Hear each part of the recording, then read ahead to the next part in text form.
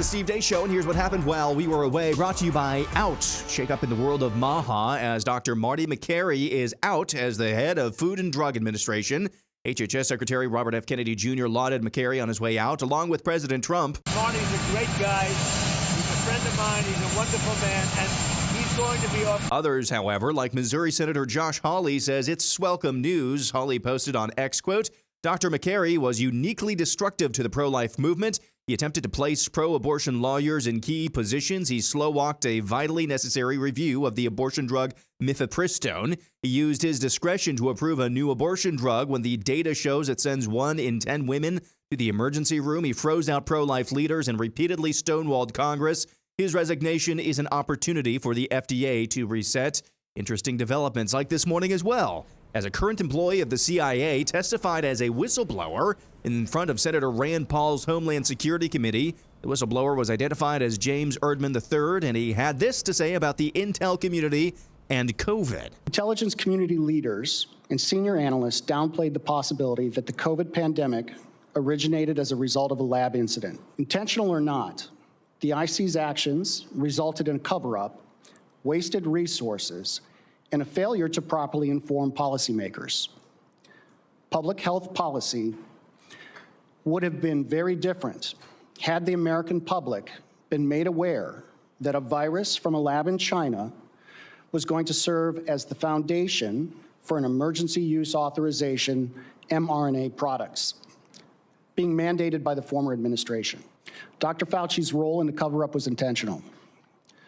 Dr. Fauci influenced the analytical process and findings by leveraging his position to ensure the IC consulted with a conflicted list of curated subject matter experts, public health officials, and scientists. The statute of limitations to prosecute Fauci for his lies regarding gain-of-function research ran out earlier this week. Speaking of China, President Trump arrived in Beijing early this morning aboard Air Force One with Elon Musk and NVIDIA chief Jensen Huang in tow. Trump is set to be joined by a whole phalanx of top American corporate executives during his state visit. Kevin Warsh was confirmed to join the Fed Board of Governors in the Senate yesterday. A vote to make him Fed chairman is expected later this week after current chair Jerome Powell steps down. On the topic of Americans' finances and the Iran war, Trump says, Not even a little bit. The only thing that matters when I'm talking about Iran, they can't have a nuclear weapon. I don't think about American financial situation. I don't think about anybody. I think about one thing. You cannot let Iran have a nuclear weapon. Yeah, of course, Trump is not going to show weakness to the Iranians, but those comments aren't going to play well at home. Meanwhile, Senate Majority Leader John Thune says, what SAVE Act? We don't have the votes to get rid of the filibuster. We called it up on the floor March, I think, 17th. We were on it for several weeks and had a very spirited debate. Mike Pence, your thoughts? I think Republicans face a new time of choosing whether we're going to stay on the path of the traditional conservative principles that have always defined our party for the last half century, or whether we're going to follow the siren song of populism. If the rule you followed, Roger is, of what use was the rule? And finally, President Trump posted this side-by-side on Truth Social of his vice president alongside former First Lady Michelle Obama. A lot of good things. It's expensive to live in the White House. What a blessing it is to be here. There were moments when I didn't feel like I got enough attention. We live in this beautiful, very protected mansion that the American people have gifted us. Many people don't know. I mean, much is not covered. Most of our meals are prepared for us, so we don't have to worry as much about cooking. You're paying for every food, every bit of food that you eat. There are a lot of things that in some ways make having a baby easier. How do you raise kids in the White House? It's dangerous. You don't have to worry about TSA lines when you're the vice president. Air Force Two makes transportation pretty easy. We had to pay for their travel to be on the plane. My attitude towards kids, they're a hassle. What the hell have we gotten ourselves into? No more kids. They mess you up. Then we had a second, then we had a third, and now both of us are just like, what's one more? Quite the contrast indeed. And that's what happened while we were away. We were going to be able to draw stark worldview conclusions by what private life is like in the White House on my bingo card today, but holy cow, does that video do it? Yes. Right? Mike Pence is literally wrong about everything. John Thune is doing failure theater. And of course, we have a whistleblower come forward on Fauci the day after the statute of limitations runs out. Of course we do. Speaking of theater. All that and more next here on The Steve Deace Show.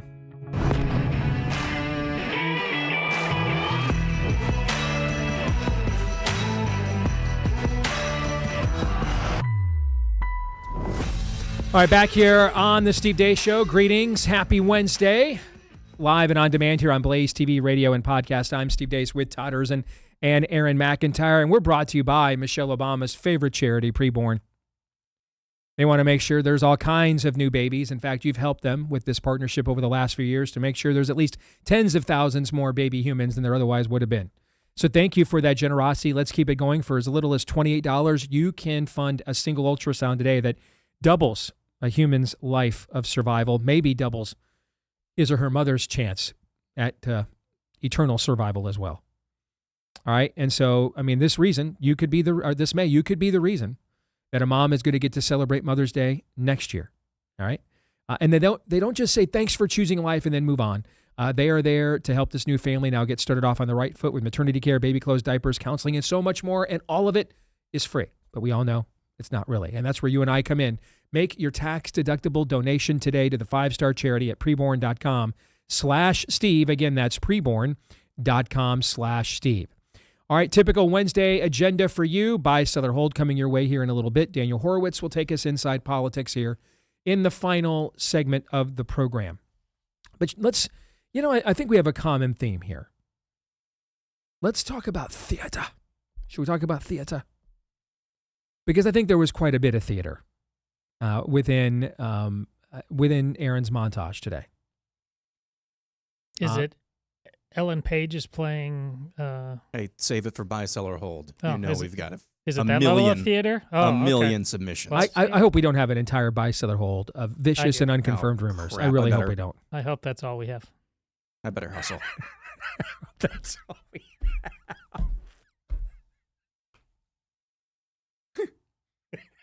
You said you wanted to talk about theater.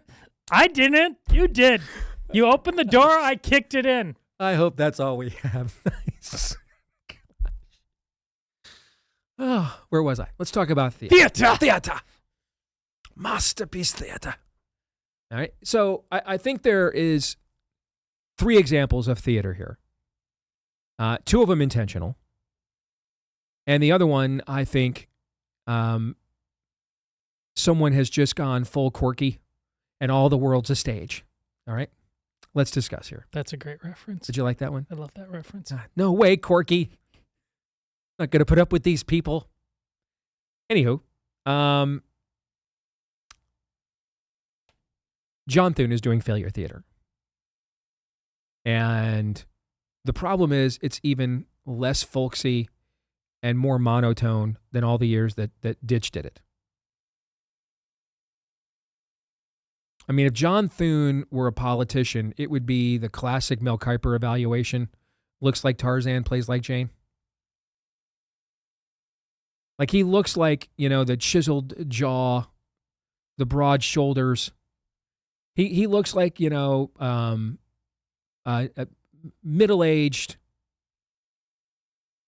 austere father leader cast in a film or in a drama on television. And then he begins to talk. And you're like, yeah, you can't carry an audience at all. Like you're just not believable at all.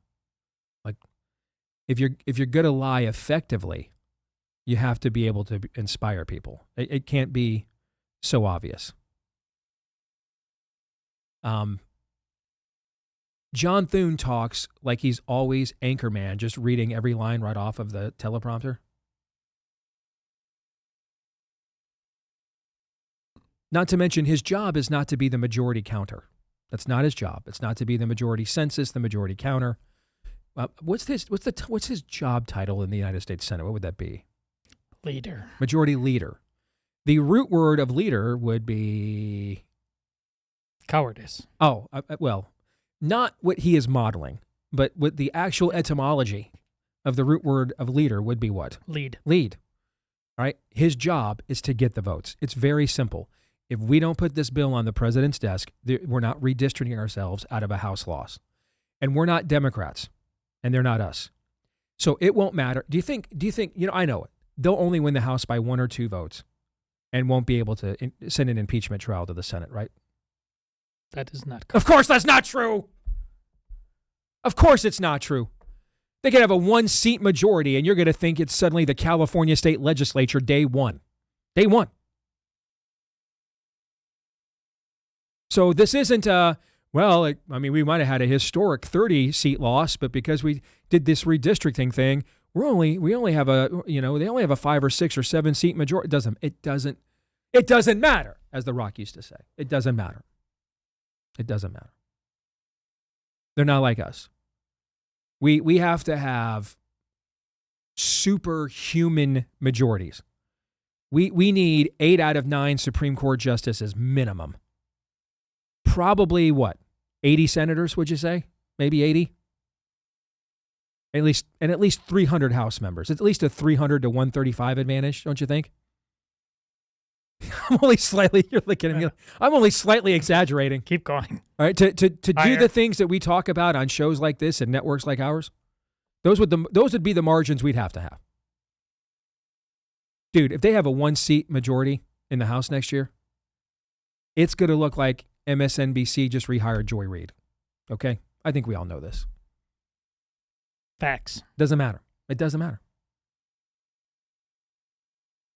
I mean, they're sprinting to Gomorrah, same speed. It's just a matter of how many people are sitting there on the relay team, catching the baton. Okay? But the result of the race is not in doubt. How many people might be running it might be, but the result of the race is not in doubt. This is a pass-fail exercise. You either have the majority or you don't. There will be no wiggle room, negotiating, leverage points, pressure. Precisely, by the way, not just because of how zealously cultic they are about their religion over there, called, not cleverly, camouflage as a political philosophy, but also by virtue of the fact that we have both sides gerrymandered this thing so very hard. There just isn't that many Kirsten Sinemas and Joe Manchins left in either party. Well, I'm sorry, in their party. We apparently have like 30 of them, all right? But in their party, there's not that many leverage points over there left. Everything's been gerrymandered out. That's why there's so few toss-up districts. Maybe 20 right now at the most. So that's failure theater from John Thune. His job is to get the votes. That's the job. He's the leader. Are you sure it's not Senate Majority New Boy? It's Senate Majority Leader, right? It's leader, correct. His job is to get said votes. So that's all theater. And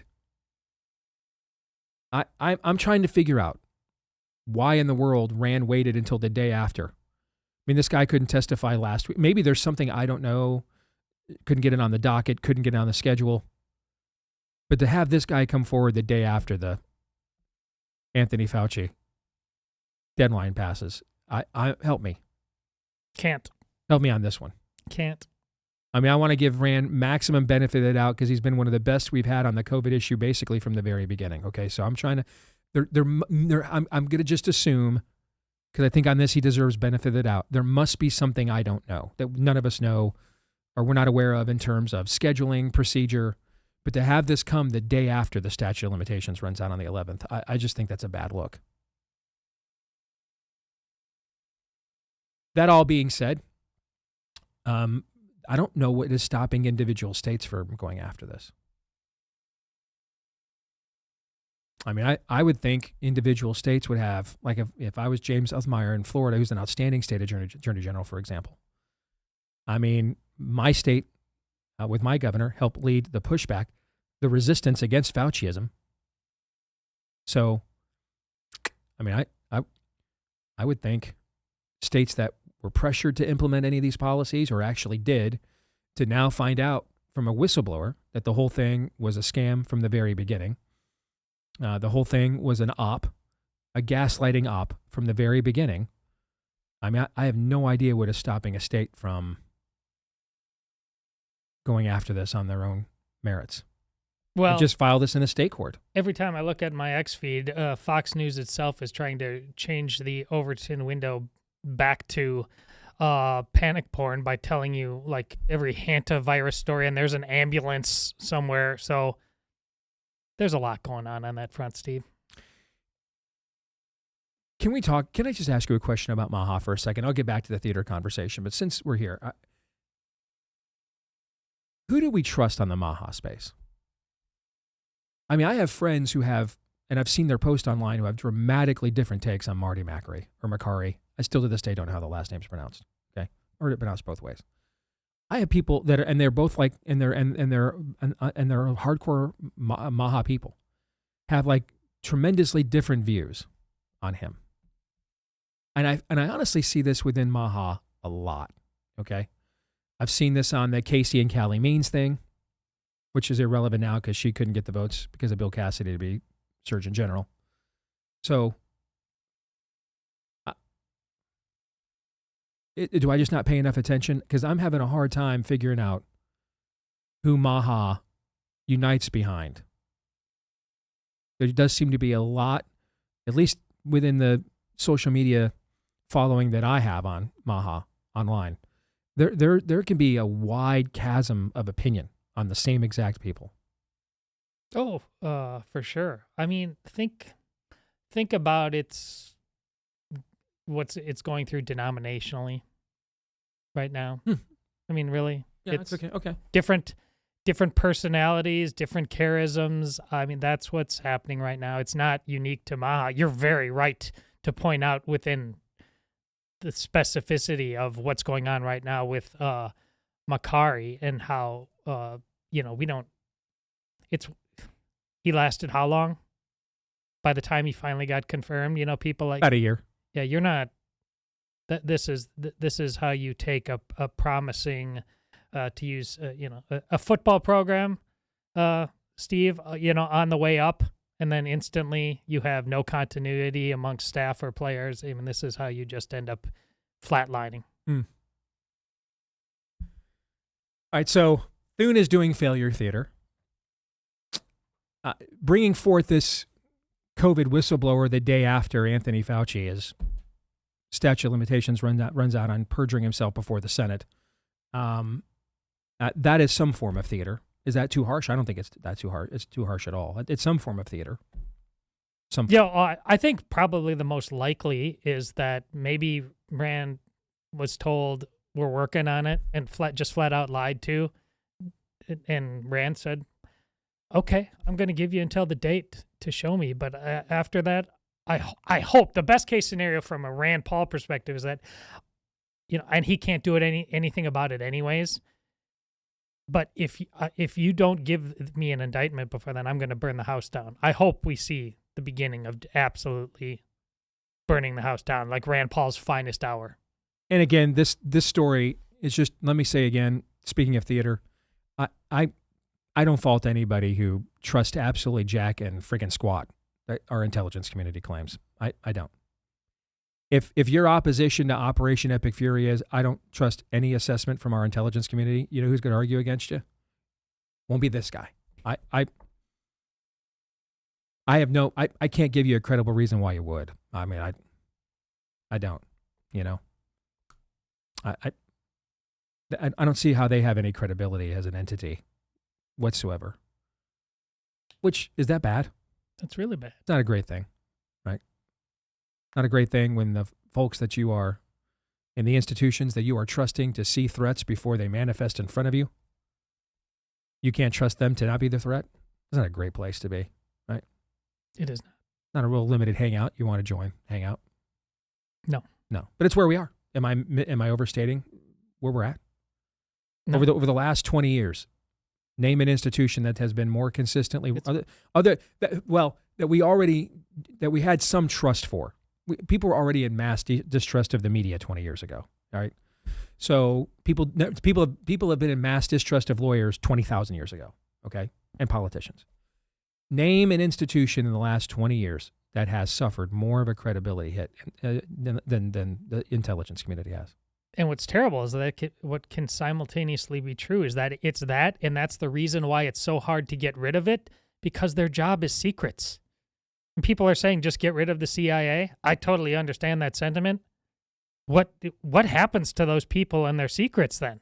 I mean, if we found out later that this COVID whistleblower was himself an op, All right. Hey, yeah, I'll come forward now that in order to try to restore some in the IC. We're now going to admit it now that the statutes run out. You see what I'm saying? Yeah. If you found out later that he himself was an op, the exposure of the op was the op. Would it shock you?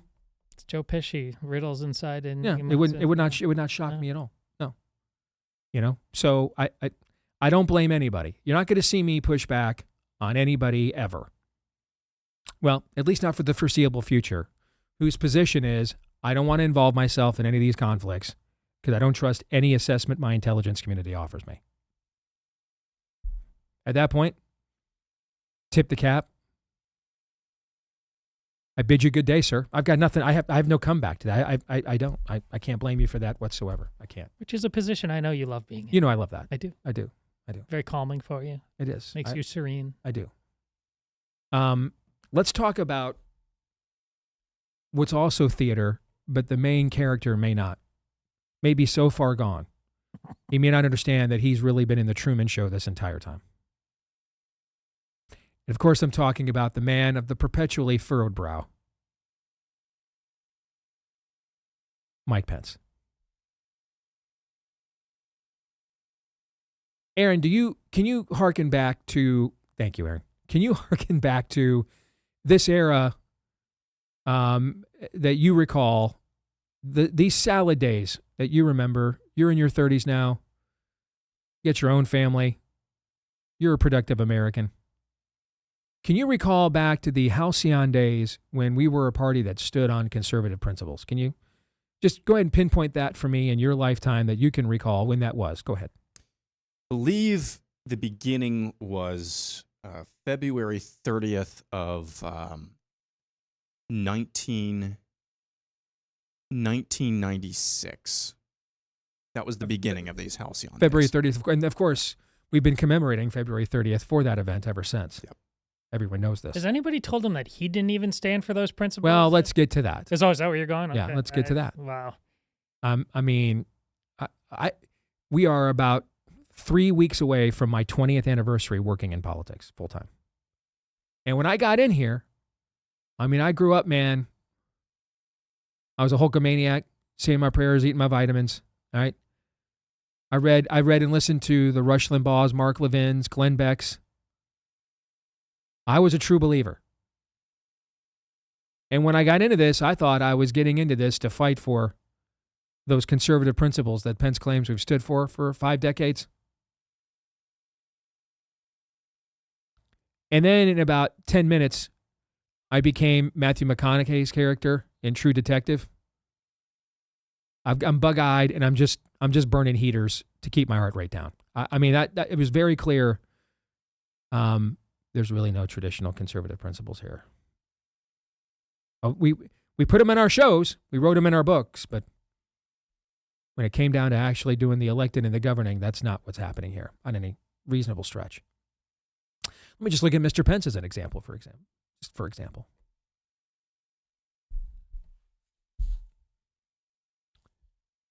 Devoted Christ follower, man of principle. He had an opportunity. The universe granted him one heck of an opportunity in the middle of a Final Four, which was being hosted in his home state. He had an opportunity at the nascent stage to, frankly, well, to use their own terminology, abort the rainbow jihad while it was still in the crib. Could have done that. His state passed a Religious Freedom Restoration Act that was modeled specifically after what was passed in the Clinton administration when Chuck Schumer was the Democrat majority leader in the House. And it just simply said, government can't impose on people's privately and deeply held religious beliefs. Get them to do things that their religious beliefs tell them they're not supposed to do. That's all it said. Otherwise known as the First Amendment to the Constitution. But of course, the rainbow jihad, they went hard because they saw the opportunity too. This is one of the biggest pop culture events in the country. We can essentially shake this thing down faster than you can say Stonewall. Right here. So they tried. And Pence, of course, man of principle, man of deeply rooted conservative principles in a state where about 85% of the legislature is Republican. And it's not even possible for him to lose an election. Realizing that he had the wind at his back, he grabbed, like Gandalf the Grey, he grabbed his staff. He dug in his heels. And he pounced on the ground and yelled out to the Rainbow Jihad, "You shall not pass." Is that what happened? No. Oh, no, it's not what happened at all. He panicked, puckered, and a couple other P words I probably don't want me to use. And then came up with a solution that looked an awful lot like the final solution for religious freedom in Indiana. And when Family Research Council actually did an analysis of Pence's compromise, they were like, he'd have been better off just go ahead and just not doing RFRA at all. And this is worse. This is going to actually give the spirit of the age a runway to sue people like us. That was their analysis. But this contagion was not relegated to the one and only Mr. Pence. There was, I'm suspending free market principles to save the free market. There was, what do you think of Harriet Miers as a Supreme Court justice? There was, hey, I'm going to do a immigration amnesty bill with Ted Kennedy and John McCain. And so on and so on. And remember that Tea Party wave we had in 2010? And then those guys all got elected and became the biggest spending Congress in American history at the time. Remember that? That was cool. It was. Good times. Good times. That was great. Yeah, this time period that he is fantasizing and fetishizing never existed. Here's the thing. I really believe he believes that it did. I don't think he's nearly as talented enough of a politician to just gaslight you like that. I think he really thinks all the world's a stage. He's been in the Truman Show the entire time. He's the only one in the cast who just doesn't know the thing is rigged and scripted. He's the only one that doesn't know. And as much as Trump frustrates me, and I'm tired of hearing about going to China, and I'm tired of hearing about Iran, and so help me, if we do another Ukraine talk, I might just slit Todd's wrists, okay? That all being said, I would vote for Donald Trump 10,000 more times before I voted for the likes of Mike Pence once more.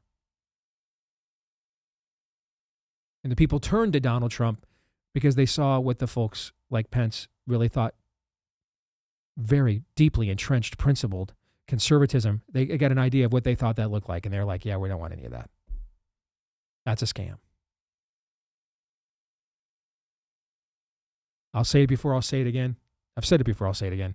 Mike Pence is the poster child for the Christian male of the last generation. If you want to know precisely what happened to your country, yep, Mike Pence is the poster child for the Christian male of this last era. Did a great job making sure he didn't notice any yoga pants when they walked in the room. But no good in any kind of fight whatsoever. If that same woman was being assaulted by Islamists in the locker room or by trannies who invaded her bathroom, he'd be like, listen, I not my fight. But listen, as you're being assaulted and raped, please, young lady, take comfort in knowing I didn't lust after you in my own heart. Good day, sir. That's Mike Pence. And that's the last generation. Just pious enough to be taken seriously, but no good in a fight. And if you train them how to use their weapons, they won't use them. And so they end up getting used against them. They'd have been better off actually never being armed. That's the last generation of the Christian male. Imagine Ned Flanders. But take away everything about Ned that you might have liked. No pleasantness. No even small talk. And replace it with just all furrowed brow. So it's none of the things about Ned Flanders you liked. And all the things you didn't. And that is Mike Pence. And that's the last generation of the Christian male in total. And it's why we are where we are. More in a moment.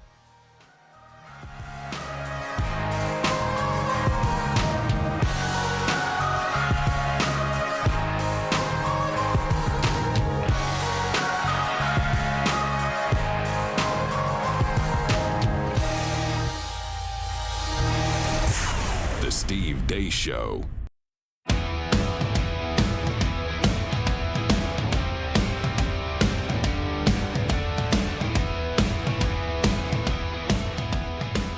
All right, back here on the Steve Deace Show, we are powered by our friends over at Fast Growing Trees, who's got the largest, most trusted online nursery in America. Thousands of trees and plants. And that's why they've got over 2 million happy customers. They've got the plants for your yard and your home, which you want and need. Anything. Fruit trees, privacy trees, flowering trees, shrubs, houseplants. They got it all. And they help you to make sure you know how to care for them. First of all, they arrive as thriving plants delivered to your door. That's their Alive and Thrive guarantee, so that they arrive happy and healthy. And then their ongoing support from their trained experts. They're going to help you plan what you want and then choose the right ones and then learn how to care for them every step of the way as well. They've got great deals on spring planting essentials right now, up to half off on a large selection of stuff. But if you're part of our audience, if you've never gone there before, you can get an extra 20% off your first purchase at fastgrowingtrees.com using the code DACE. That's fastgrowingtrees.com. Code DACE for 20% off. Fastgrowingtrees.com. 20% off your first order at fastgrowingtrees.com. Promo code DACE.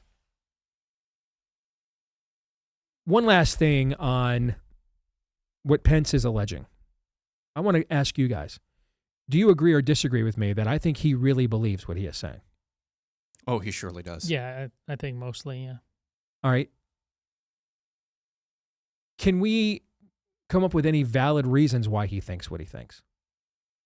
Or is it as simple as, I'm kind of at my last lap around the track.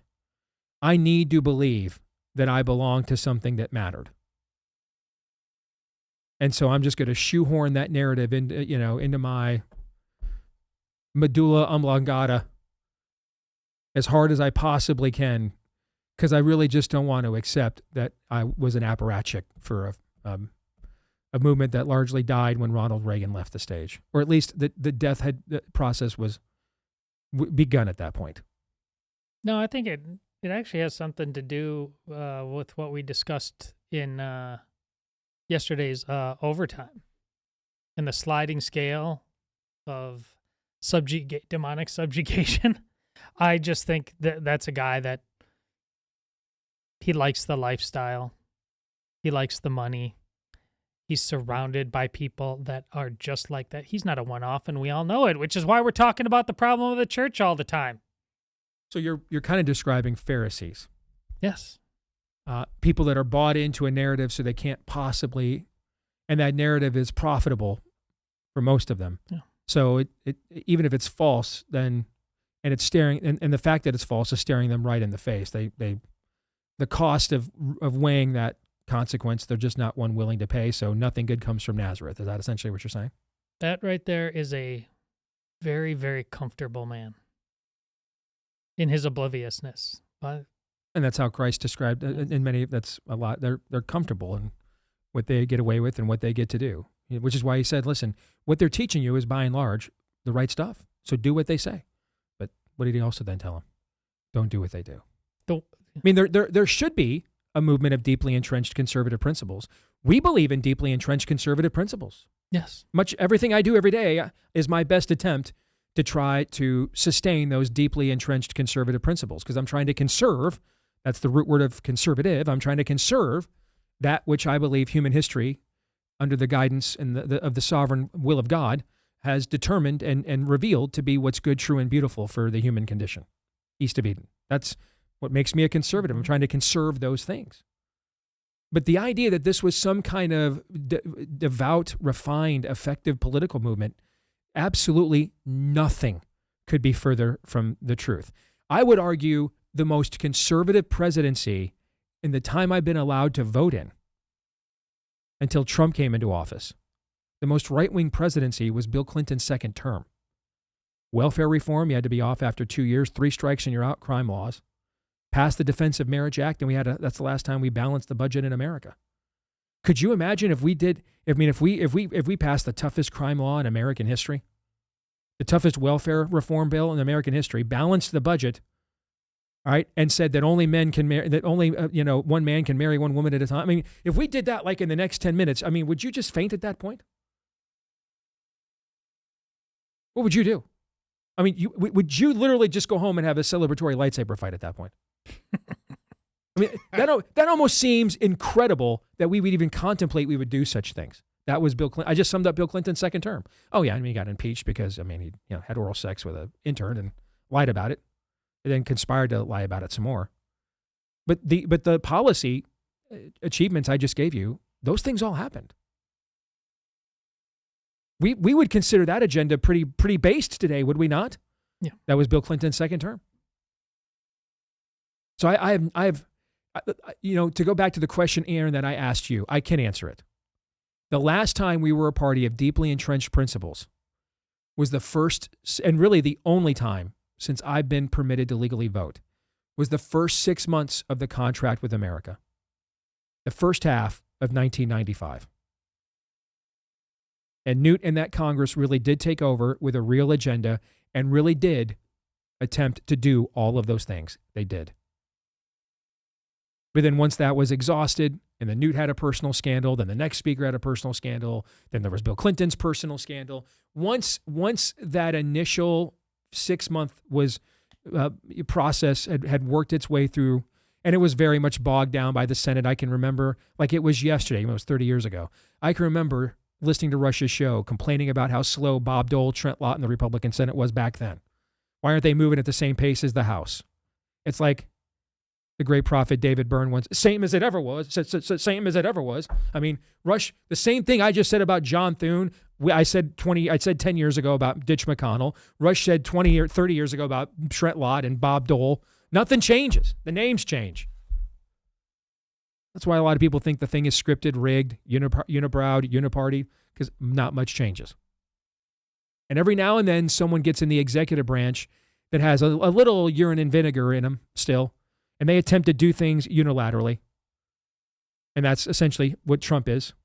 But then you run out and you exhaust what you can unilaterally do, and you realize these guys in Congress aren't going to do anything. And some of it is Trump's fault, for being honest. He's endorsed too many of these people that are now trying to screw him. Well, but he picked Mike Pence. He did pick him as his VP, and then he put him in charge of the... If there was ever a time if you truly had a biblical worldview, if there was ever a time for that to activate itself, it might have been when you were the head of the coronavirus task force. That's why the real... Instead, you were an absolute bitch simp for Debbie Burks and her bedazzled scarf that she should have been on trial for being hung by now. That's why the contrast in Aaron's montage, I know, was overtly between Pence and the former First Lady, but it was really about Mike Pence, not Pence, J.D. Vance and the former First Lady, but that was really about J.D. Vance and Mike Pence in there, in my estimation. I don't always know what Trump is going to do. I know I'm not always going to like what he does. But you know what I also know? That he's actually going to do things. Going to do something. Going to do something. Not always. In fact, I'm not even sure that, it's a majority of the time. But at least it's a flip of a coin that when he does something, it's going to be something I like. It's at least a flip of a coin. And then there's better than that odds that if he does something I don't like and it starts to not work, that he'll stop doing it. Those aren't great odds. I don't know that we can necessarily sustain a republic on that, but they're way better odds than what I was getting from the folks like Mike Pence. Is that not the truth? Very, very low. And Trump has more than cleared it. Yes. Which is why I'd vote for him 10,000 more times before I voted for the likes of Mike Pence once. This movement should have existed in our hearts and minds, which is why folks like you, and I was on your side of this equation for a long time growing up before I got into this business. This is why you buy our books and listen to our shows now. And this is why I bought their books and listened to their shows then, because we did believe these things. And now many of the people that I grew up listening to or following or admiring, I've had a chance to either work with or meet. And we all don't agree, but I can tell you, I don't know that I've met one of them. How many of them have I come back? I'm sure there's maybe been one or two. And if there have, let's not name them. All right. Let me say that to Todd, because I could tell you already. Well, Steve, no, don't. Okay. I could see your eyes light up. Yes, there have been a couple. Not right now. All right. But overall, how many times have I come back from like meeting or being around or working with some of the like major names that are so well known and come back like total fraud? Couldn't stand that person. I don't recall that that's really happened a lot in terms of movement people. Do you? I'm sure it's happened a couple times because it's just human nature. Yeah, I know. Now, how many times have we had that? Sticks out to me now. How many times have we had that competition or conversation where I've come back from meeting these politicians? Oh, yeah. Seems like the ratio is way higher. Yes. Yeah. So, yeah, there's a movement of deeply entrenched conservative principles within us. But then when we elected people like Mike Pence to be our proxies, to be our representatives here, and take those deeply entrenched conservative principles with them into public office, what happened? Furrowed brows happened. I've done everything that I can. We simply don't have the votes. So foreigners will be voting for Democrats again in the next election. And there's nothing I can do here except run Elizabeth Warren's housing bill. Because apparently America's clamoring for more projects. So we're going to do that. That's often what we got, right? Yes. Ukraine at the most, in between stroke outs.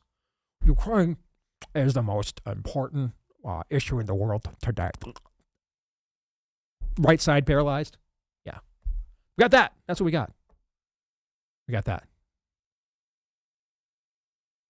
We got George W. Bush giving inaugural addresses where he equated Muhammad talking to a demon in a cave with Jesus' Sermon on the Mount and Moses at Mount Sinai. We got that. That's what we got. That's what we got. We got Rachel Maddow crying, like her first girlfriend broke up with her at Dick Cheney's funeral. While we were like, I wouldn't be caught dead there. That's what we got. That's what we got, right? I mean, and that's why I voted for Bush Cheney, because I thought I was getting deeply entrenched conservative principles. I didn't know that I was going to get Rachel Maddow, who, now looks like Ron Reagan Jr. I didn't know I was going to get her, just weeping as if the moon turned to blood at Dick Cheney's funeral. Who would have predicted that 20 years ago, right? But that's what we ended up with, correct? It is. Yeah. So I think maybe we should start asking questions like, is Mike Pence a sociopath? Because he's clearly created a reality that is, his reality is his version of reality. It's every bit as divorced from reality as the left. It just has Bible verses. But why is he any different? He has a reality that doesn't, a version of reality that isn't real, doesn't line up with reality. Why is he any different than the left? Not at all. In fact, he's very much the same with them for another reason, is that along with everything you said being true, it's now worse now. It's been put on steroids because now his brain's been busted by Trump, just like so many others. Correct. Yeah, that's a great point. All right, let's get to it. We'll get through a few now, do the rest next segment. Time to play some buy, sell, or hold. You guys know how this works. Aaron has your submissions. We have yet to see them. Todd, upon them being revealed, you and I will decide, are we going to buy, we get to sell. Hold is an option, but it's only one that you take if you are a real punk. So if you choose your hold, then you are sentenced to 20 years hard labor listening to Mike Pence regale you with tales of when we were a party of deeply entrenched conservative principles. Well, if Aaron's hints are correct and the public has done its job, Steve's going to be pushed to take that hold on a number of occasions. Can you imagine how desperately he wanted to avoid talking about Odyssey? He actually went back after the break and said, let's talk about Mike Pence more. If I do my job well, my next paycheck might be on February 30th. Indeed. Let's go to Jonathan first, who's got a couple of Steve Deace Show memes. Said a few years ago, Steve was dodging demonic wasps. This year, appliances are throwing themselves at him. Based on last week's Theology Thursday and Grok's odds of aliens, Steve has to watch his 6. For those of you listening, There's a vending machine sneaking up behind Steve in this meme. That picture's also about 30 pounds ago, but I do love the graphic. And for those who wonder what the vending machine means, if you take the Kepler principle, the idea of wormholes or Einstein, Rosencrantz or Rosenstein bridges, I can't remember what they're called, our understanding of dimensional travel, the theory of relativity, you plug all those things into AI with the proximity of where the first closest place of life could be, which is trillions of miles away. The next galaxy is quadrillions of miles away. The odds that they would have been routinely visiting this planet without mass detection, Even if they have technology beyond ours, that technology worked perfectly every time. It never malfunctioned. It never crashed. There was never any error by anybody piloting these craft, all right? And so it completely escaped mass detection all these years. The Super Grok told me it's the exact same odds that I would die by vending machine this year. That's where he got that. So, yes. Bye. I loved it. Of course, bye. Yeah. Of course. Gave me an idea. I might install a vending machine out in the garage. Just 2 customers, just you and Todd, but I think that's a good idea. Just sure. watch you pay me more money. You bet. As you put your coins into the machine. Let's go to this one. Jonathan also has this. I don't really understand it, but it has me, so just self-serving, I guess, maybe. Helenus of Sparta, transvestite supreme of Greece, would easily outperform the nonsense Chris Nolan has filmed in The Odyssey. It's got me. It's got you as the tranny. I see it in the corner. Yes. Yeah. So maybe this wasn't quite as self-serving as I thought. It all works, though. It all works. Bye. Todd, Steve, your thoughts? It works, but I can't buy I can't give the tranny thing any credibility. But it works. I will sell, but it works. SoCal Conservative says Ellen Page as Achilles will be the Achilles heel of Nolan's career. A sell. I did see a community note that this has not been confirmed. She is in the movie, but...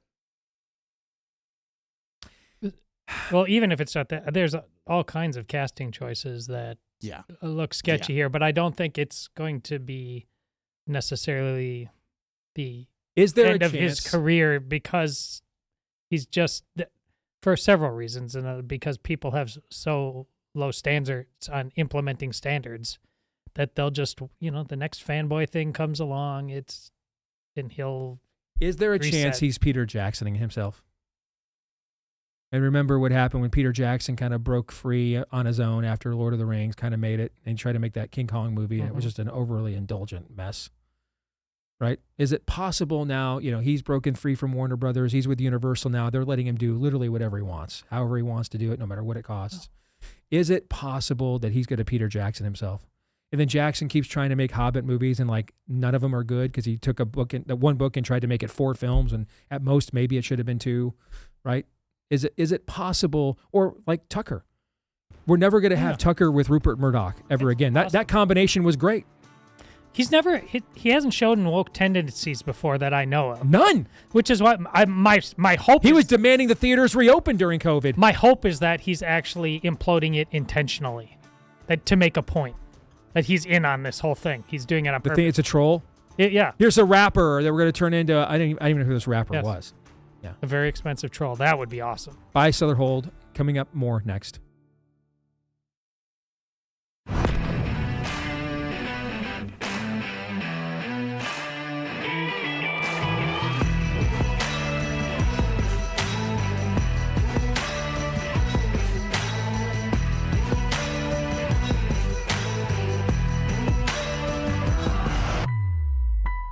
All right, back here with Hour 2, live and on demand on Blaze TV, radio, and podcast, alongside Todd Erzin and Aaron McIntyre.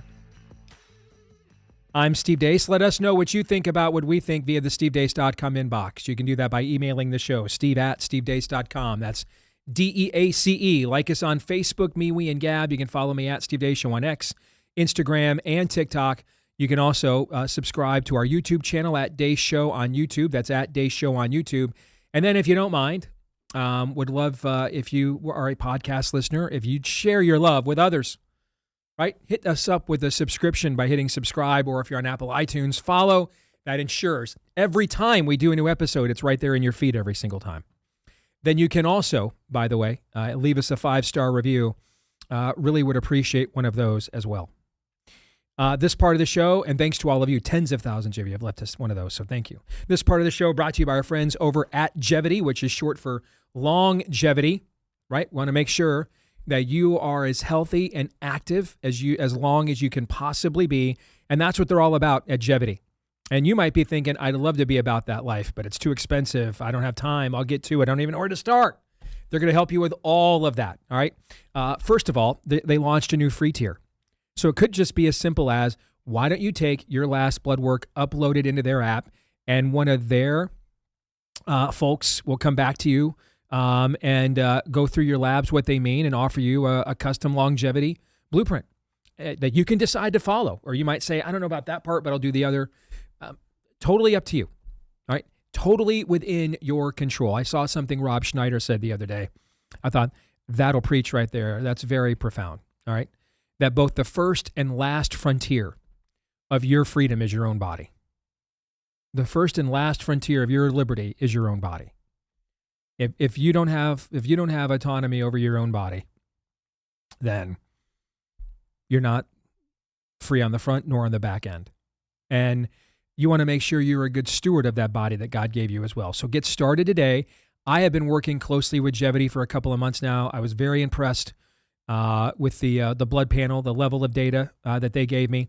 I'm on my second week now on their supplement program, and I was already a big supplement guy. All right, so you can start for free, and then if you decide you want to stick around, at gojevity.com/Deace, use the code Deace. They'll give you 20% off. Gojevity, Geviti, gojevity.com, code Deace for 20% off at gojevity.com, code Deace. All right, Daniel Horowitz is going to take us inside politics here at the bottom of the hour, but let's get back to some buy, sell, or hold. We'll go through all these submissions, as many as we can. What remains, we will do in the overtime today for Blaze TV subscribers. You can make sure you don't miss that or any of the rest of the great content we do each day here at The Blaze. Become a subscriber today. Get $20 off at blazetv.com/Deace by using the code Deace for the discount. Code Deace for the discount. $20 off your annual subscription at blazetv.com/Deace. Code Deace. Aaron. We have more political and worldview stuff coming up next or later on. But first, some more pop culture. C. Smith says Disney has lost the ability to write likable female characters. All the females in the TV series or movies are either girl bosses or Mary Sue characters. The more females in Disney shows, the worse the show becomes. Buy, sell, or hold. I don't disagree with this. I don't. And I don't just think that's a Disney problem, by the way. I think this is in a lot of places. I mean, either they're whores, girl bosses. I mean, it's almost like they're not characters anymore. We've just got to have female tropes represented rather than layered characters. All right. Rather than a Princess Leia who could be both, follow me to freedom there, trying to escape, being pinned down in the corridor of the prison wing of the Death Star, to needing comforting and needing the assurance as a woman from either her husband or her brother. I mean, that's largely missing from a lot of the characters, not just at Disney, but in a lot of places these days. I will buy. This is true, but there is an absolute yin-yang relationship to the degree that men are addicted to this genre and only feeding an addiction and not using this to inspire their real lives. This is inevitable. If you don't plan on being a hero on any level as a dad, a husband, as something in your own life, you just want the dopamine hit of this genre of movies, it's guaranteed you will be cucked just like this with these kinds 100%. Of characters and these kinds of storylines. So look yourself in the mirror if you don't like it. I mean, Amy and I tried watching a show. Do you remember the Kay Scarpetta books, detective books from the 90s? They were very, very popular. No. You remember these at all? So Amy and I tried watching a series on Amazon with Nicole Kidman, and we thought the trailer looked compelling, and Amy's always been a big mystery fan. Okay. And this is an example. We lasted halfway through the first episode because here's the life that the lead female character allegedly lives. All right. She is an alpha, well into her 50s and 60s now. She's an alpha dog forensics examiner, Sherlock Holmes type of case cracker, right? Her husband, who she met when he was a detective and one of the cops in one of her first cases, is now kind of a retired cop and totally happy being Mr. Mom and feting her needs and, being stunt phallus when she needs one of those and making sure that her emotional needs are constantly met, okay, and driving around her family members and playing chauffeur, all right?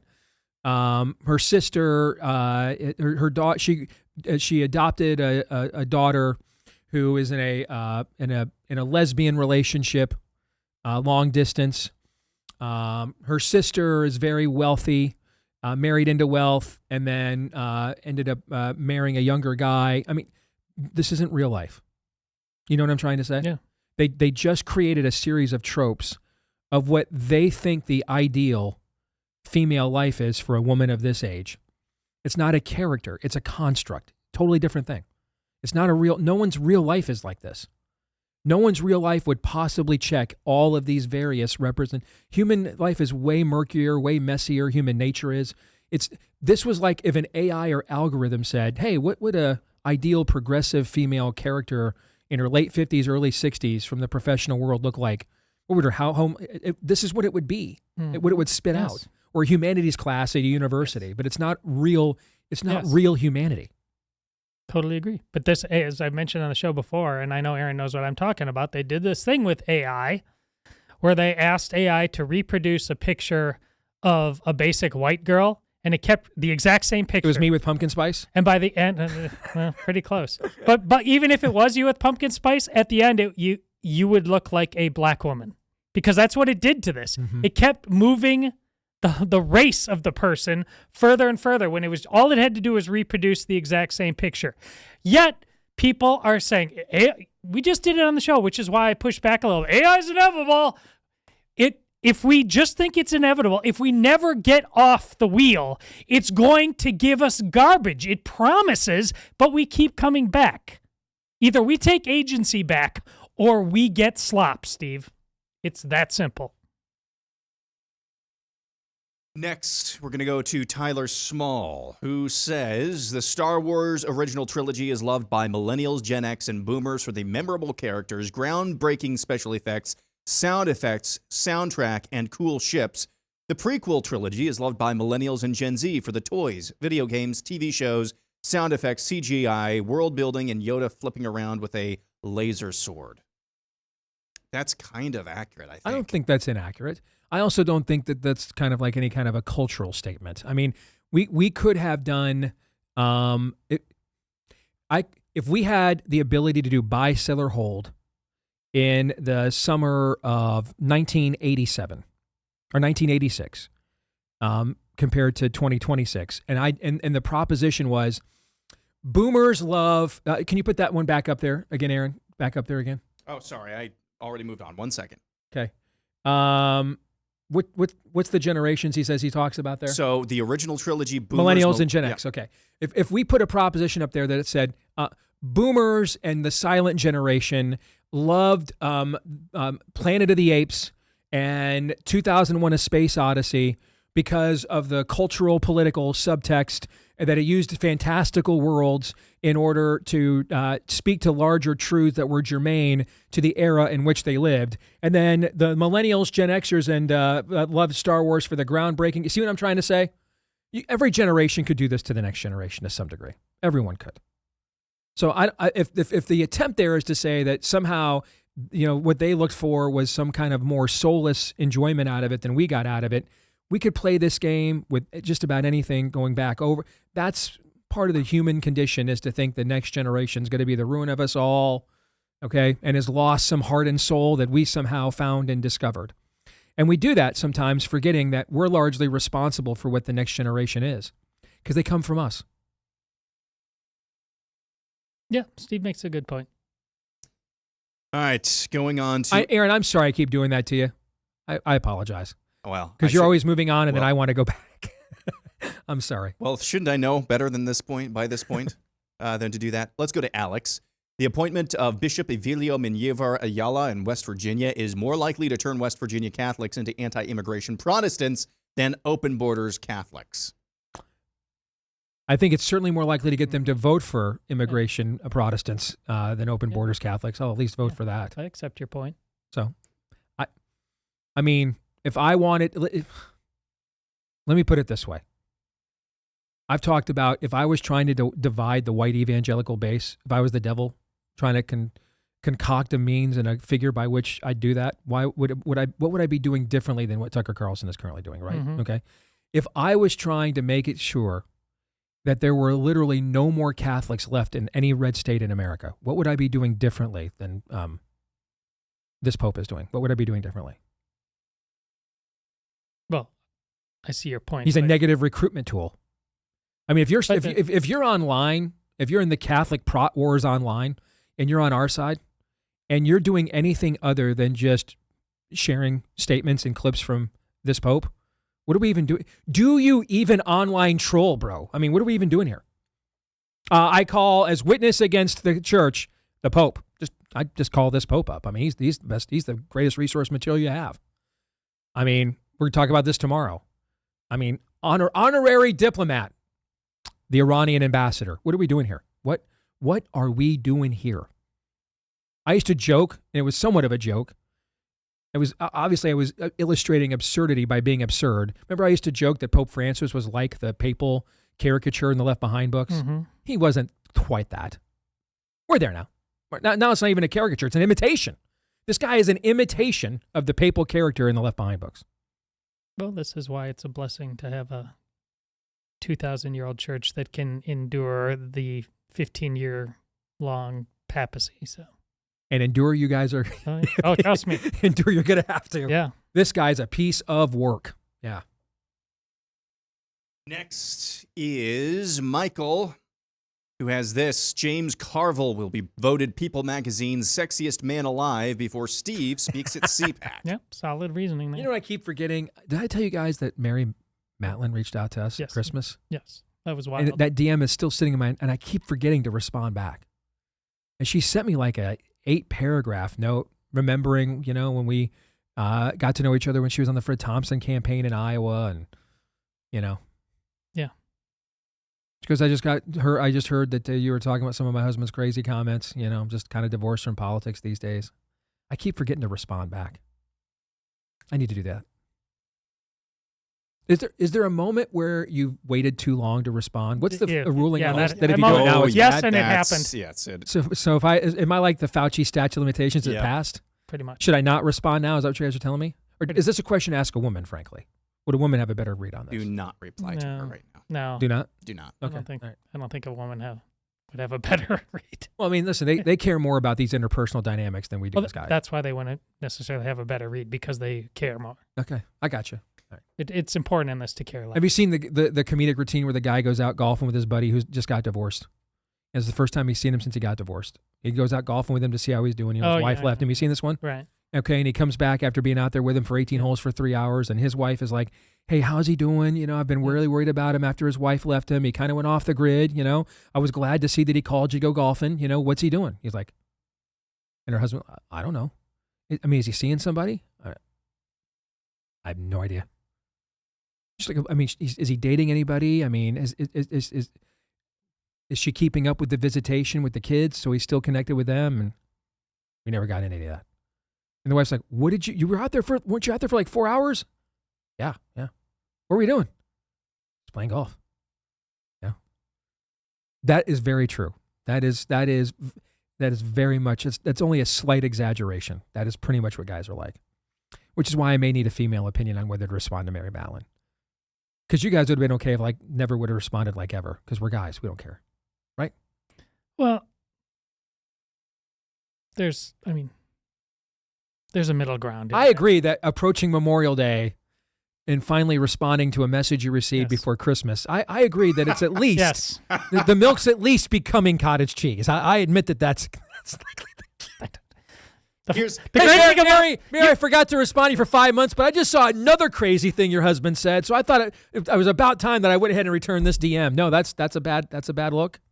Also, you a should bad lead look. with, hi, Mary, we spent 5 minutes talking about you on our show. Yeah, that's right. You didn't have to say any of this. That's the real tragedy here. You just kept talking. Didn't have to do 1 second of it.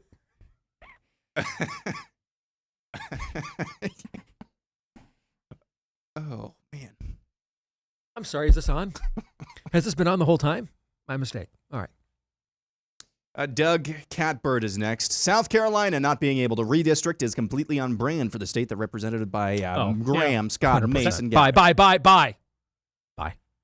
If you are shocked that South Carolina was not going to redistrict, I thought that was the reddest state in the union, Steve. If you're shocked, I present to you 30 years of Senate primary results, all right, from the Palmetto State, where curiously perpetually unmarried bachelor Lindsey Graham wins time after time, Cyndi Lauper, You bet. If you're shocked, go unfurrow Mike Pence's brow. Have a day, kid. Yeah. Bye. And return Mary Matlin's DMs a lot quicker than I did while you're at it. Be a human being for once. Danik Bain says, American attention spans are so short, there's still time to win the midterms, deal with Iran, World Cup, America 250, Republican midterm convention, then football, and the normies will forget. I don't disagree with this fundamentally. And I'm sure that if we could have, like, if we put the Wonder Woman lasso of truth around Trump and said, when are we going to start talking about our own country? I guarantee you this is what he would say. Two things. I think if we put the Wonder Woman lasso of truth around him, he would say, I'm tired of dealing with those choose an expletive members of Congress. And at least I know in foreign policy I can kind of just do whatever I want when I want. But I think he would also say, I'm trying to do this outside in. All right. I'm trying to make sure I lock down where we stand globally and economically and financially. And then we're to come back home, and the rest of the time after these situations have been dealt with, we're not voting right now anyway. No one's voting for 5 more months anyway, for 4 more months because of early voting anyway. So yeah, that is what I'm pretty confident that's what he would say, and stop being a panicking. I'm pretty sure that would be his answer. Whether we can pull that off or not is different. But you're probably aligned with what's going on inside the brains of Donald Trump, James Blair, Susie Wiles. Pick the team member. It's probably what they're thinking. So I'll buy. I'll buy on that if all you're talking about is if you want to put the emphasis on attention spans. But when it comes down to this particular election at this particular time and the particular issues that affect people the most, the one that it's not a matter of attention span, it's just kicking you in the groin on a regular basis is how much gas is. Because I've talked with multiple people and quite frankly myself, this is insane. The gas prices? Yes. Do you know what I did last week, Todd? What? I dropped my bike that I haven't really used in 5 years. I dropped it off at the bike shop, and I'm going to start taking that in as often as I can just because it's ridiculous. Yeah. And also, I really want to ride my bike again. There's that. Hammer O'Justice says, Candace cult of suburban women are a greater threat than Candace herself. Oh, I don't disagree. I'll buy. I will completely buy because they'll just be there for the next Candace. Okay. Again, who sent this, Aaron? Hammer O'Justice. Okay, this is the second time where this has been an anonymous, likely dude complaining about women. I get it, but on your end of things, what are you doing? How are you living? Are you worthy of a good woman? All right, let me do it this way. Steve Deace offers Candace's cult of suburban QAnon women are more dangerous than Candace herself. Todd, are you going to buy that? Or that's my submission. You buying that or selling it? Under my own name. DEACE. Say it, don't spray it. I'm saying it's just I'll buy it, but it's also too easy. Like it's not. There's a whole population of basic. I mean, you can't blame everybody for the fact that you're an incel. Everybody, while you have agency, being by definition a man, it's not a leisure pursuit, all right? And it's just too easy to do nothing all day but complain about the chicks behind the gas and sip, okay? That 80s movie was a laugh track and a cautionary tale then. Your conscious choice now is pretty lame too, okay? By the way, the ladies are starting to weigh in and say I should respond to Mary Matlin, just as a point of order. What? The ladies are saying, that hey, surprises the connection is, use your sense of humor. I wasn't aware that I had one, but they even, now the problem is their caveat is to try to be charming when doing so. And I think we all three know that I am incapable of such a thing. Dear Mary, we talked about you for 5 minutes on the show today. I'm wearing Crocs. What about you? This is turning into the thing where you left there's a whole bit on this. You leave a message on an answering machine and it gets cut off and you're not happy with it. So you keep calling and pretty soon you're a stalker and you've got 10 times to read. Yes, no, yes. So just see, and you're doing it. How about I just go back with this? Trucker Glock, who wants some? How about I just start with that? How about you reply to her and say, "Hey, Mary, this is Hammer of Justice." See? It's absurd. Hammer of Justice says, "Chicks, man." Well, you kind of lost me right away because you're Hammer of Justice. No, it's Hammer O Justice. Oh, see? Not of justice, O Justice. O apostrophe to the top, Justice. Oh, that was... Thank you for your submission, Hammer of Justice. Good timing for this submission as well. Doe John Ryan says, behind the scenes, Steve and crew frequently address one another as you ignorant slut. Oh, that's absolutely true. Yep. And worse. Yes. Yeah, for sure. Yeah. It can get a little heated in locker rooming off the air. Yeah. There are times, in all seriousness, back to this again, there are times I do ponder we should consider adding another female to the staff. We may need a little refinement at times. Yeah, it can get testy and Cro-Magnon-y. Yes. As soon as the anti-croc dress code was put in, you'd fire that woman, so it doesn't matter. Let's go to this. This is actually an old submission that somehow made its way into my mentions again, and I missed it back when they submitted it, and I thought it was decent. Or at least original. Rod Sterling's Blind Spot, Mount Rushmore of movie chases by decade. The 60s, Steve McQueen, Motorcycle, The Great Escape. 70s, Gene Hackman, Pontiac Le Mans, the French Connection. That's a good poll right there. 80s, Aykroyd, Belushi, Bluesmobile, the There's Blues better Brothers. from that decade, but I like that reference. There's got to be a ton more from that. 90s, this is a good Furlong, Schwarzenegger, Motorcycles, Teach. I like this. I'm going to buy. I like it. I'm going to have to sell. There's chase scenes, all-time chase scenes? No. That reminds me, you know what we have to do? We forgot. We'll get to the rest of these submissions. No, the overtime. I meant to remind you during we got to sell some books. I mean, America's relying on us. Right? That's because you got too much Mary Matlin on the mind, man. Focus. All right, let's focus. All right. Let's remember the reason for the season as we count down to America's 250th. All right, we are 13 days away from the release of Why Independence Day. Here's a preview. Every 4th of July, we light up the sky. We wave our flags. We celebrate. But if your kids asked you why, could you tell them the real story?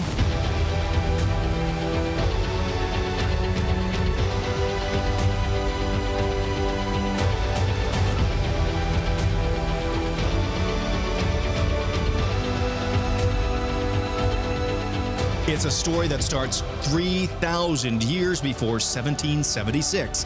A story most people have never heard told this way. A miracle in the desert. A miracle on Christmas night. Commandments carved in stone. A constitution written on paper. What's the connection? This 4th of July, give your family the story they've never been told.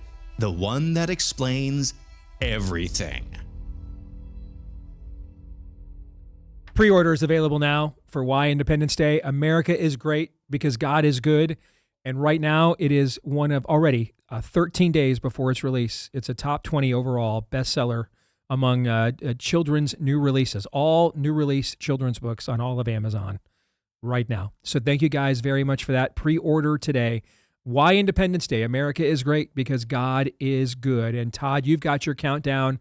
I think we're on day 3. Top 10 moments leading up to America's independence. What'd you pick for today? Well, one of the first events for the Proto-Americans we spoke of yesterday to rally around on a broad national scale was the Great Awakening. It's a spiritual response to what was believed to be the excesses, distractions, or complacency of the Enlightenment. The movement raised Methodists and Baptists to the forefront and encouraged a more intimate and personal religious experience between the individual and God, and as it largely rejected the idea of predestination from Puritan theology. a sort of early manifest destiny kicked in the souls of men from the 1730s through the 1760s as society's connection with God was democratized and ministers of the gospel came from a much wider cross-section of people.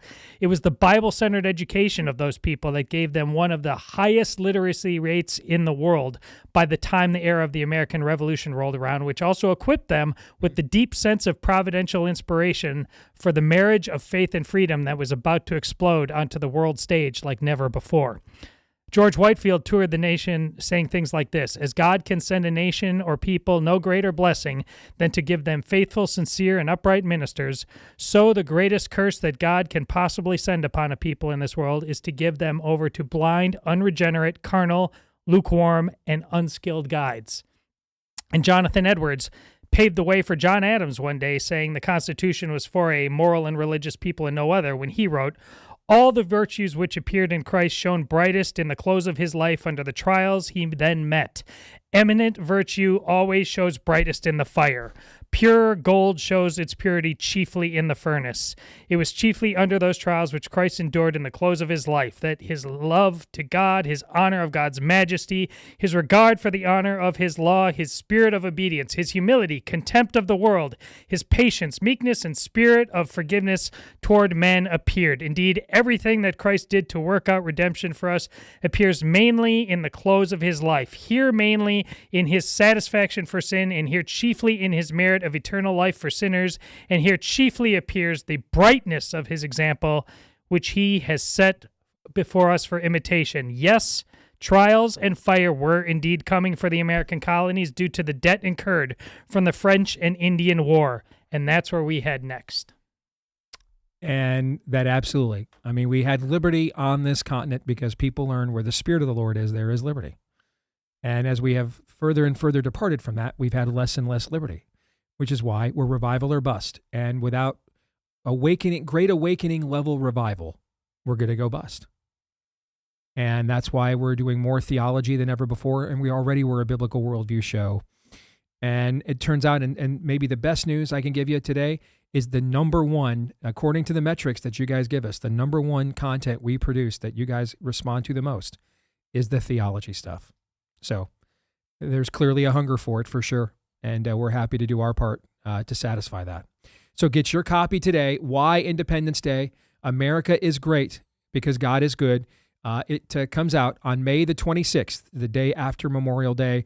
We're doing pre-orders right now, available at Amazon.com. You guys have made it again a top 20 best-selling children's new release among all children's books at Amazon, and we've only been pushing it for 2 days. So thank you guys very much for that. It's the completion of the trilogy on America's Christian heritage to go along with why Thanksgiving and why Easter.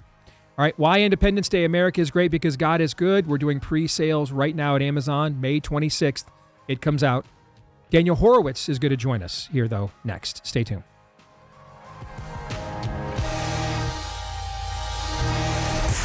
The Steve Deace Show.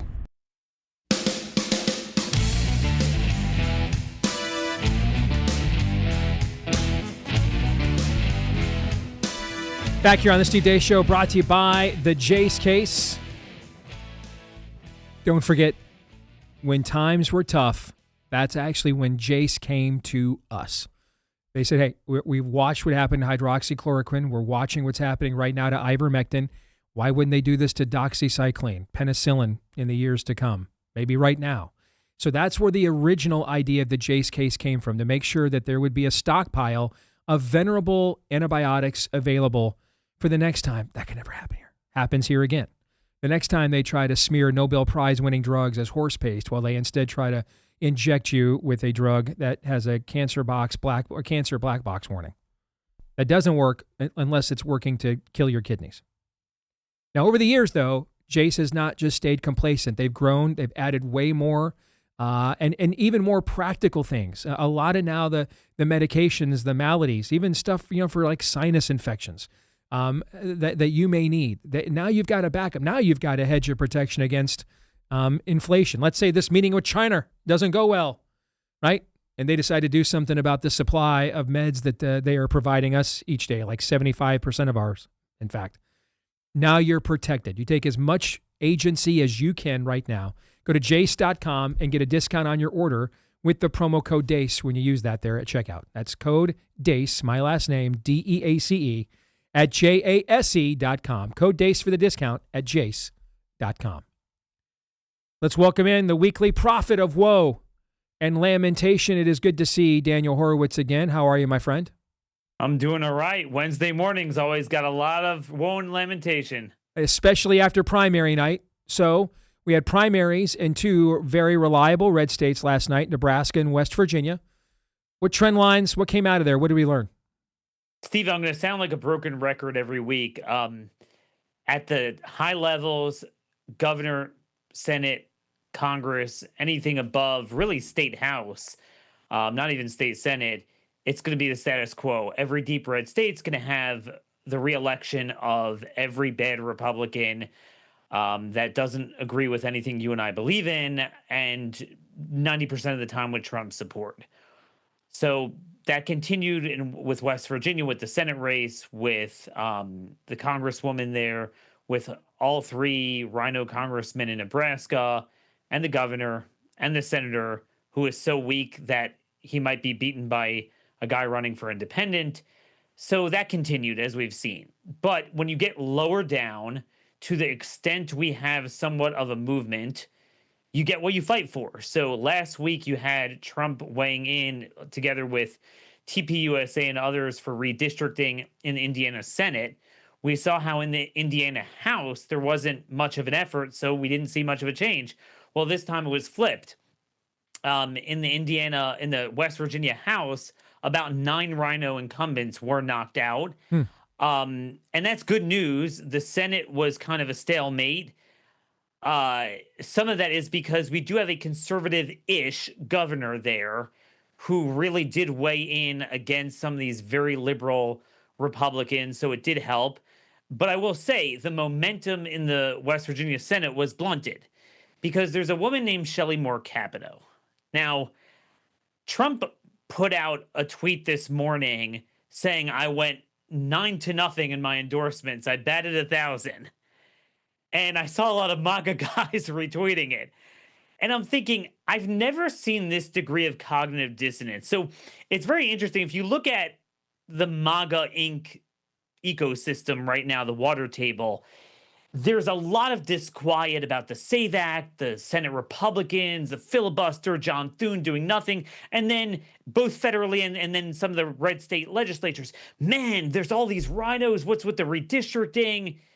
All right, so that's positive. I'm not here to shame people that are late to the party. I want to resolve to do the right thing in the future. But then literally, as the primaries are happening in those states, Trump comes in and endorses the very people doing that. Like in Trump plus 40 states. So in West Virginia, Shelley Moore Capito is for gay marriage, for abortion, fiscal liberal, social liberal, full spectrum liberal. She's been there forever. She's sort of like Chuck Grassley level institution in the state of West Virginia, dating back to her father. But nonetheless, there was this guy, Tom Willis. He was a state senator, so not a nobody. He was a state senator from the Panhandle. Got crushed, absolutely crushed. But you know what's interesting? He actually outright won his region in the Panhandle. Now, that caught my attention. I'll tell you why. Because typically when you lose the incumbent, which you usually do by 30, 40 points. You lose everywhere. You lose uniformly. Yeah. Right? So, for example, when my buddy Jim Carlin challenged Chuck Grassley 4 years ago, he lost every single county. Okay, no exceptions. But this guy won in a few of those counties in his district. And that tells me because in those districts, those counties, he had name ID.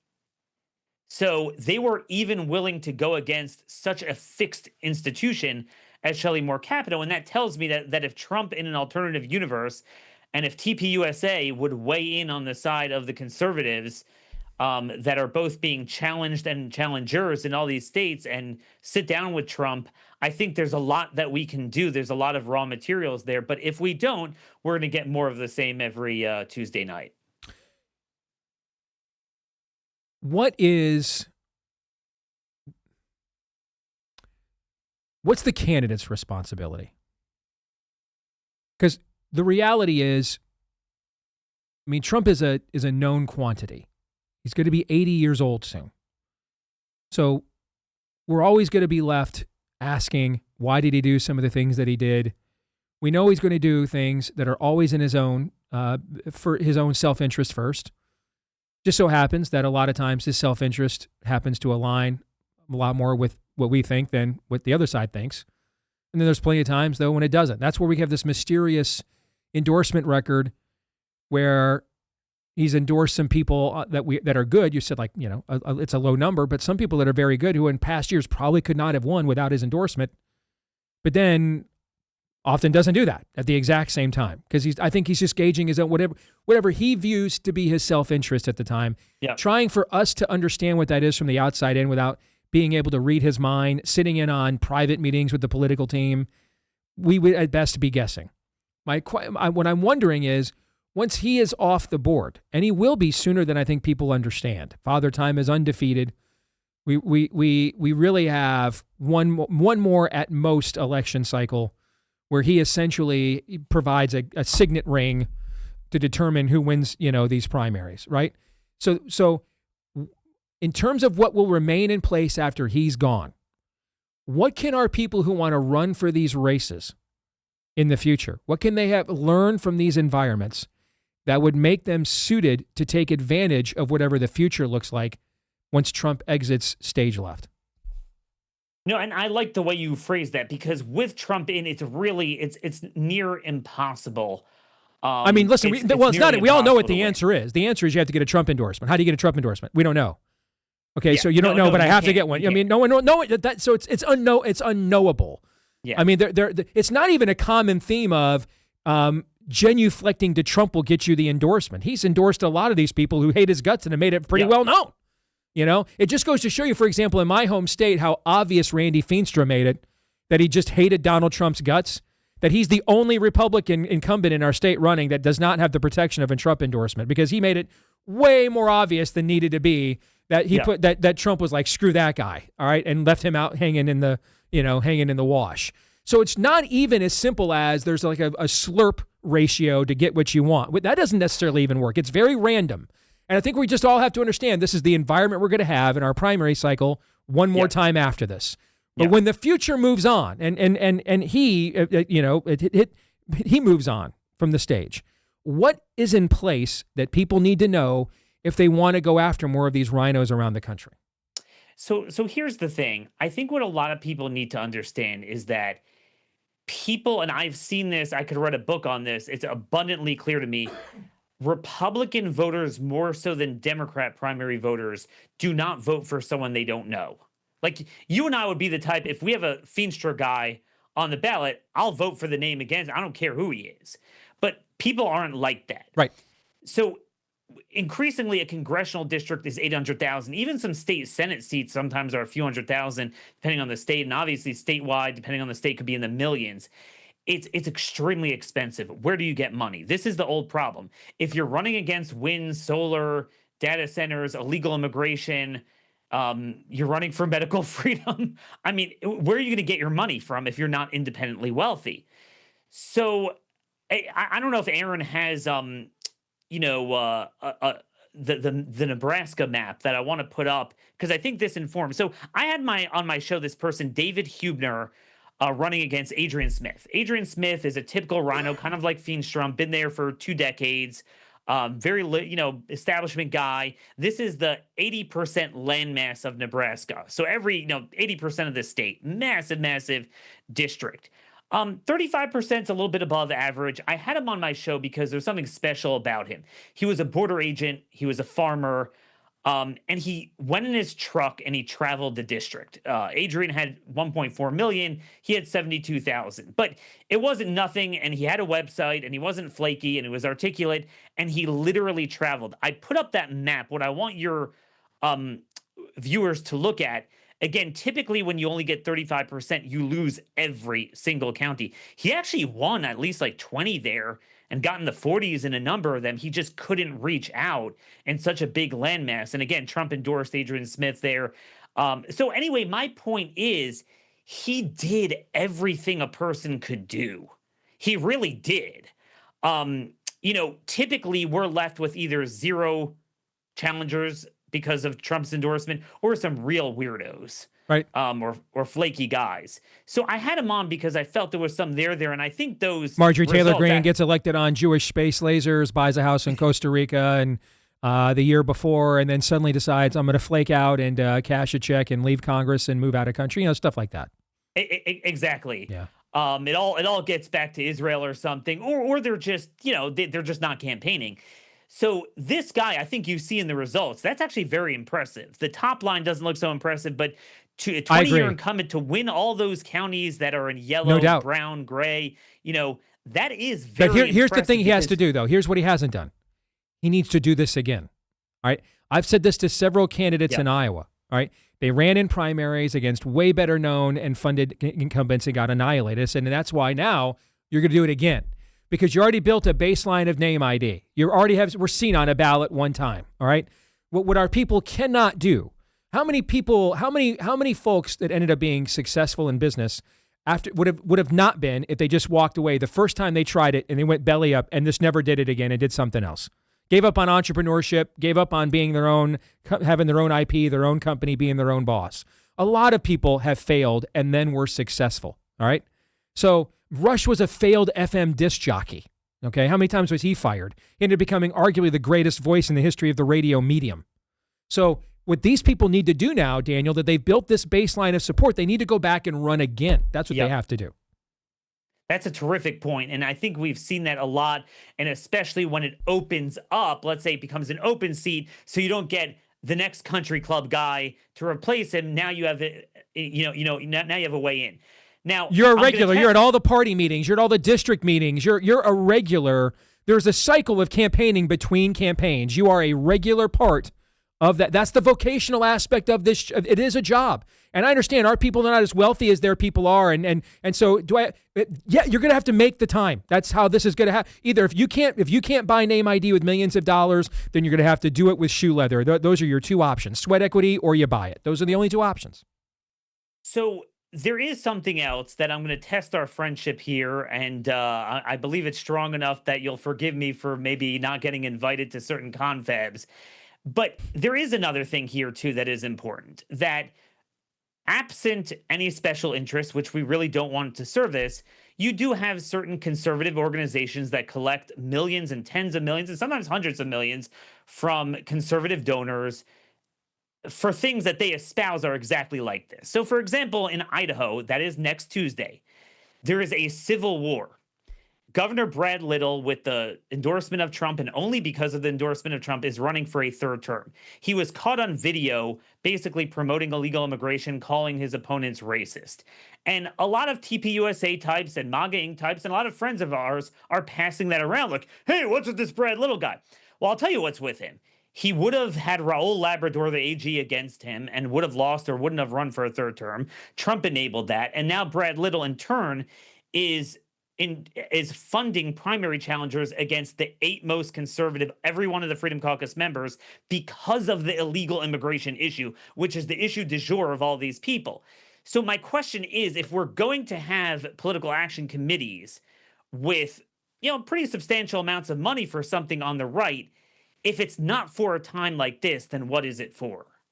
I think it's a great question, and I think that'll really be tested in the post-Trump era. I think that we're in an era, it's just suicide to go against the king. We can all sit here and pretend that it's just not possible.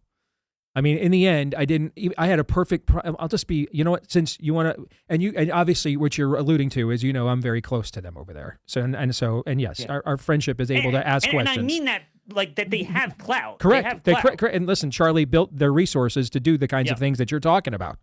Doing it in this era, though, and zigging while Trump zags is just often a cancel out at best or a suicide at worst.